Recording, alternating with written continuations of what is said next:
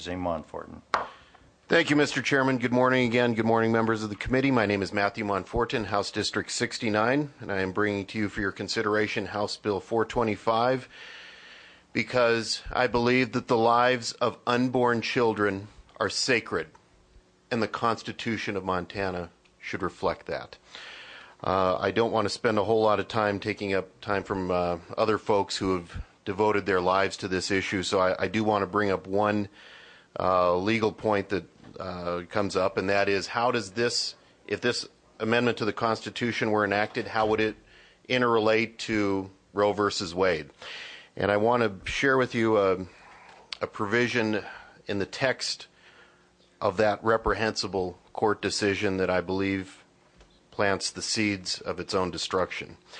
In Roe versus Wade, the court, towards the end of the opinion, stated as follows. The state of Texas argues that the fetus is a person within the language and meaning of the 14th Amendment. In support of this, they outline at length and in detail the well-known facts of fetal development.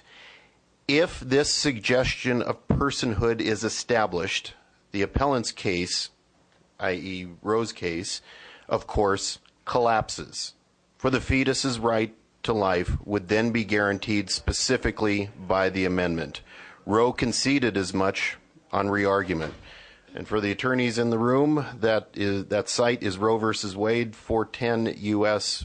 113 at 156 and 157. That was Justice Blackmun in his majority opinion.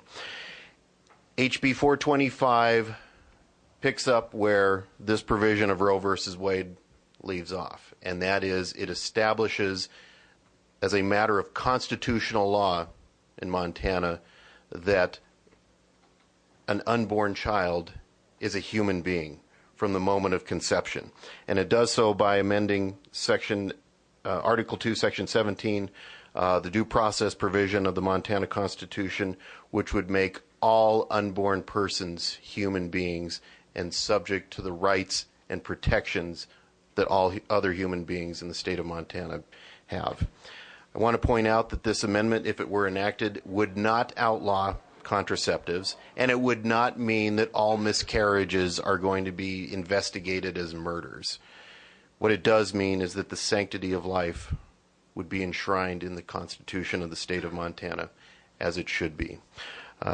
So at this time, Mr. Chairman, I will sit for questions and allow testimony from folks who have devoted their lives to this issue. Thank you.